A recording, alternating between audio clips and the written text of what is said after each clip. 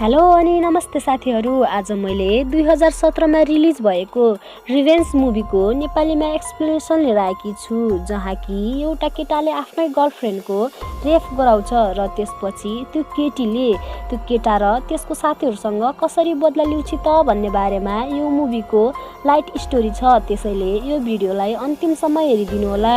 मुभीको सुरुवातमा हामीलाई एउटा रिचर्ड नाम गरेको केटाले देखाउँछ, जो आफ्नो गर्लफ्रेन्ड जेनिफरसँग प्राइभेट हेलिकप्टरमा एउटा डेजर्ट एरियामा भ्याकेन्ड स्पेन्ड गर्न गइरहेको हुन्छ। रिचर्ड विवाहित पुरुष हुन्छ, तर ऊ जेनिफरसँग एक्स्ट्रामेरिटल अफेयरमा हुन्छ। उसले जेनिफरलाई 2 दिनको लागि लिएर आएको हुन्छ। जब रिचर्ड घर जान्छ तब उसको पाइलटले उसलाई गिफ्ट दिन्छ। त्यो गिफ्ट ड्रग्स हुन्छ। त्यो लिएर रिचर्ड घरभित्र जान्छ र त्यसपछि यी दुवैजना इन्टिमेट हुन्छन्। अर्को दिन जेनिफर उठेर आफ्नो लागि कफी बनाउन जान्छे। अचानक त्यहाँ उसले सिसाको बाहिर 2वटा केटालाई देख्छे र उनीहरूको हातमा गन पनि थियो। त्यो देखेर जेनिफर डराउँछे र रिचर्डलाई बोलाउँछे। त्यसपछि रिचर्ड त्यहाँ आइपुग्छ र उसले भन्छ कि यिनीहरू मेरो साथीहरू हुन्, स्ट्यानली र डिमेट्री। यिनीहरू यहाँ शिकार गर्नको लागि आएका हुन् भनेर भन्छ। यत्तिकैमा स्ट्यानलीले जेनिफरलाई नराम्रो नजरले हेरेको हुन्छ। त्यो देखेर जेनिफरलाई नराम्रो लाग्छ र ऊ रुममा जान्छे। रिचर्डले उसको साथीहरूलाई भन्छ कि जेनिफर उसको साथी मात्र हो र यो सबै कुरा उसको वाइफले केही पनि नभन्नु भन्छ। अब रात परिसकेको हुन्छ र यी 4 जना सँगै बसेर ड्रिङ्क गरिरहेका हुन्छन्, जहाँ स्ट्यानलीले जेनिफरसँग जिस्किरहेको हुन्छ भने डिमेट्रीले पनि उसलाई दूरबीन लाएर हेरिरहेको हुन्छ। यत्तिकैमा सबैजनाले रिचर्डको हातमा भएको ड्रग्सलाई देख्छन् र जेनिफरले सोध्छे कि यो के हो भनेर। रिचर्डले भन्छ कि यो एउटा कडा ड्रग्स हो। एकचोटि एउटा केटाले यो सेवन गरेको थियो, त्यसपछि उसले आफ्नै खुट्टा काटेर खाएको थियो भनेर सुनाउँछ र रिचर्डले जेनिफरलाई त्यो ड्रग्स लुकाउनलाई दिन्छ र जेनिफरले त्यो ड्रग्सलाई आफ्नो घाँटीमा भएको लकेटमा लुकाउँछे। अनि उसले एउटा गीत लगाएर रिचर्डले आफैसँग डान्स गर्नको लागि भन्छे, तर रिचर्ड डान्स गर्नको लागि मान्दैन। त्यसपछि ऊ स्टर्नीसँग डान्स गर्न लाग्छे र डान्स गरिसकेपछि उनीहरू सुत्न जान्छन्। अब भोलि बिहान जब जेनिफर उठ्छे तब उसले रिचर्डलाई त्यहाँ देख्दैन र उसले रिचर्डलाई खोज्न थाल्छे। यत्तिकैमा स्टर्नीले उसलाई भन्छ कि रिचर्ड तिम्रो पासपोर्ट लिएर कतै गएको छ र दिउँसोसम्म आइपुग्छ। उता डिमेट्रीलाई राति खाएको रक्सीले अझसम्म छोडेको हुँदैन। यी दुवैजना कुरा गर्दै हुन्छन् र स्टर्नीले जेनिफरलाई जिस्काउन थाल्छ। यो देखेर जेनिफरलाई नराम्रो लाग्छ र ऊ भित्र प्याकिङको लागि जान्छे। जब जेनिफर कपडा फेरिराखी हुन्छे तब स्टर्नीले उसलाई लुकेर हेरिरहेको हुन्छ, तर जेनिफरले स्टर्नीलाई देखिहाल्छे र ऊ धेरै डराउँछे। त्यसपछि स्टर्नी जेनिफरको नजिक जान्छ र उसलाई यसको बारेमा के विचार छ भन्छ। यो सुनेर जेनिफरले तिमी मेरो टाइपको हैनौ भन्छे। यो सुनेर स्टर्नी धेरै रिसाउँछ र जेनिफरसँग जबरजस्ती गर्न थाल्छ। त्यही बेला डिमेट्री पनि त्यहाँ आइपुग्छ र त्यो सबै देख्छ। जेनिफरलाई लाग्छ कि यसले त मलाई बचाउँछ भनेर, तर ऊ केही पनि नबोली त्यहाँबाट जान्छ र स्टर्नीले जेनिफरलाई जबरजस्ती रेप गर्छ।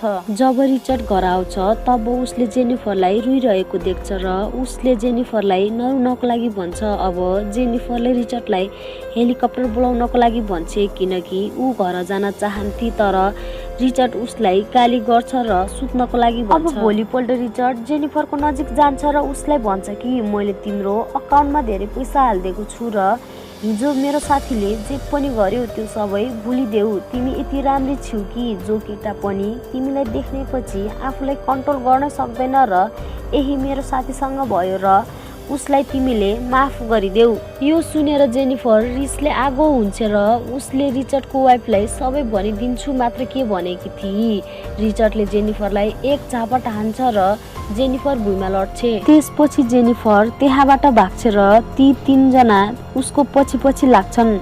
जेनिफर भाग्दा भाग्दै एउटा पहाडमा पुग्छे। त्यहाँबाट जाने बाटो भने हुँदैन र ती 3 जना पनि त्यहाँ आइपुग्छन् र भन्न थाल्छन् कि हामीले हेलिकप्टर बोलाएका छौँ। त्यसपछि रिचर्ड हेलिकप्टर बोलाएको जस्तो नाटक गर्छ र उसलाई धक्का दिन्छ र ऊ तल खस्छे। जेनिफर खस्ने क्रममा एउटा सुकेको रुखको हाँगा उसको पेटमा रोपेको हुन्छ र ऊ त्यही अड्केकी हुन्छे। ती दुवैजनाले रिचर्डलाई यो के गरेको भनेर सोध्छन्। रिचर्डले भन्छ कि यो यहाँबाट भाग्यो भने पुलिसकोमा जान्थे, त्यसैले मैले मारिदिएको भन्छ र अहिले यहाँ जे पनि भयो त्यो सबै भुल्नको लागि भन्छ र यी 3 जना त्यहाँबाट जान्छन् अनि जेनिफरको सबै सामानहरू जलाइदिन्छन् ताकि कोही पनि सबुतहरू नहोस् त्यो यहाँ थिए भनेर। फेरि अर्को दिन यी 3 जना जेनिफरको बोडी हेर्न जाँदै हुन्छन्। उता जेनिफर भने अझसम्म जिउँदै हुन्छ र उसले आँखा खोल्दा आफूलाई रुखको हाँगामा अड्केको पाउँछ र उसले इयरफोनको सहायताले एउटा लाइटर पुग्छ र त्यो रुखलाई आगो लगाइदिन्छ। आगोले गर्दा त्यो रुख जल्छ र जेनिफर भुइँमा खस्छे। ऊ घर्सिँदै एउटा ढुङ्गाको पछि गएर लुक्छे। जब यी 3 जना त्यहाँ पुग्छन् उनीहरूले देख्छन् कि त्यहाँ जेनिफरको लास हुँदैन। यो देखेर उनीहरूलाई थाहा हुन्छ कि जेनिफर अझसम्म जिउँदैछ भनेर। त्यसपछि यी 3 जना जेनिफरलाई खोज्नको लागि जान्छन्। जेनिफरलाई खोज्दै रात पनि परिसकेको हुन्छ र उनीहरूले रगतको निशान देख्छन्। त्यो रगतको निशान हेर्दै जाँदा यी 3 जना नदीसम्म पुग्छन्। यी 3 जना अब यहाँबाट जेनिफरलाई खोज्नको लागि 3 भागमा बाँडिन्छन्। डिमेत्रीले जेनिफरलाई खोजिरहेको हुन्छ। त्यही बेला उसलाई पिसाब लाग्छ र उसले आफ्नो गन भुइँमा राखेर पिसाब गर्न जान्छ। त्यही बेला जेनिफर त्यहाँ आउँछ र त्यो गन उठाएर डिमेत्रीलाई गन पोइन्टमा राख्छ र उसले त्यो गनलाई चलाउन लाग्दा त्यो गन लक हुन्छ। डिमेत्रीले त्यो गन खोज्छ र जेनिफरलाई पानीमा डुबाएर मार्न खोज्छ। त्यही बेला जेनिफरले डिमेत्रीको चक्कु भेटाउँछ र त्यो चक्कुले डिमेत्रीको आँखामा हान्छ र त्यसलाई त्यही मारिदिन्छ। त्यसपछि जेनिफर डिमेत्रीको चक्कु र गन अनि बाइक लिएर त्यहाँबाट जान्छ। ऊ एउटा गुफामा पुग्छ र त्यहाँ उसले आगो बाल्छ। उसलाई भोक लागेको हुनाले उसले आफ्नो ब्याग खोलेर हेर्दा त्यहाँ उसले एउटा बियर देख्छ अनि त्यही खान्छ।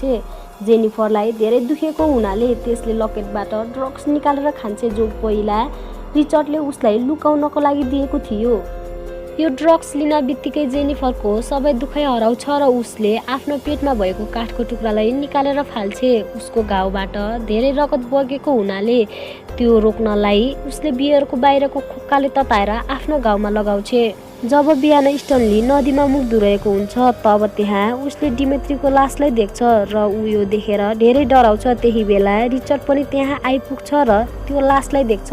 अब रिचर्डले स्टनलाई जेनिफरलाई खोज्नको लागि भन्छ र एक मुक्का हानेर उसको नाक फोरिदिन्छ किनकि उसको गल्तीले गर्दा उनीहरूको एकजना साथी मरेको हुन्छ। उता जेनिफर उठेर आफ्नो घाउ हेर्छ। उसको घाउ निको भइसकेको हुन्छ। ऊ त्यहाँबाट निस्किन लाग्दा अचानक रिचर्ड त्यहाँ आइपुग्छ र गनले उसको टाउको उडाइदिन्छ। यो देखेर जेनिफर उठ्छ र यो एउटा सपना मात्र हुन्छ। जेनिफर गुफाबाट गन लिएर बाहिर जान्छ र दूरबीन लाएर उनीहरूले हेर्न थाल्छ। उता रिचर्ड र स्टनली डिसाइड गर्न थाल्छन् कि उनीहरू अलग अलग दिशामा गएर जेनिफरलाई खोज्दैछन्।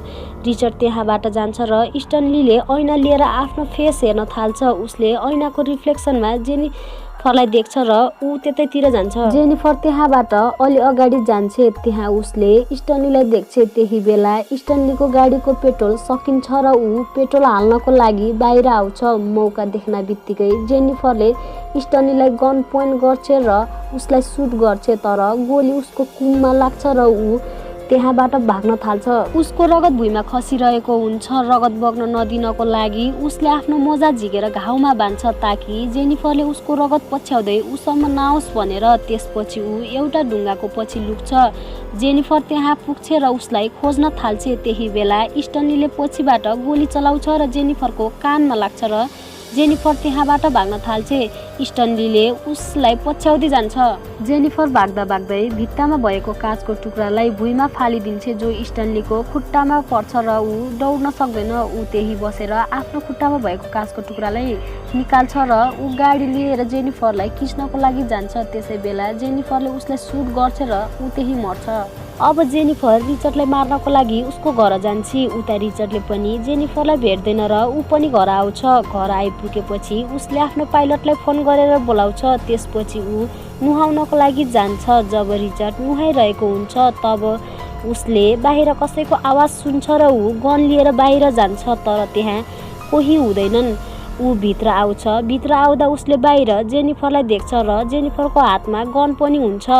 उसले जेनिफरसँग कुरा गर्न थाल्छ तर जेनिफरले उसलाई सुट गर्छ र गोली उसको पेटमा लाग्छ। ऊ घाइते हुन्छ र ऊ घाइते अवस्थामै भाग्न थाल्छ। जेनिफर उसको पछि जान्छ। त्यही बेला उसले पछाडिबाट आएर जेनिफरको घाँटी थिचिदिन्छ।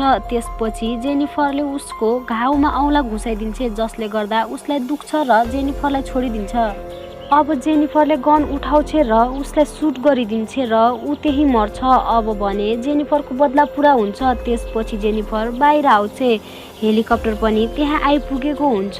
यसैमा मुभीको इन्डिङ हुन्छ।